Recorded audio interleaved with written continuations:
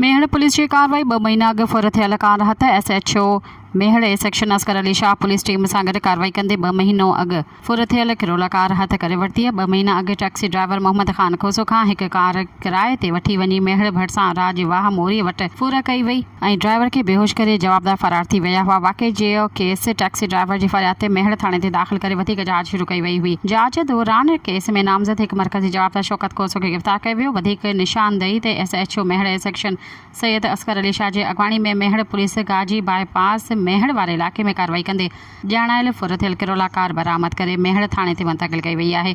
Mehar police मूजिबि SSP दादू captain retired अमीर सऊद मक्सी जी हिदायतुनि ते ॾोहनि ख़िलाफ़ असराइती पॉलिसिंग जे नतीजे में हिकु वधीक कामयाब कार्रवाई हासिल करे वरिती आहे। ॾोहारियुनि मंशात विकिरो कंदड़नि ख़िलाफ़ कार्रवायूं जारी रहंदियूं। सब्सक्राइब कयो अवामी न्यूज़ HD खे ऐं ताज़ा तरीन ख़बरुनि लाइ ॾिसंदा रहो अवामी न्यूज़ HD।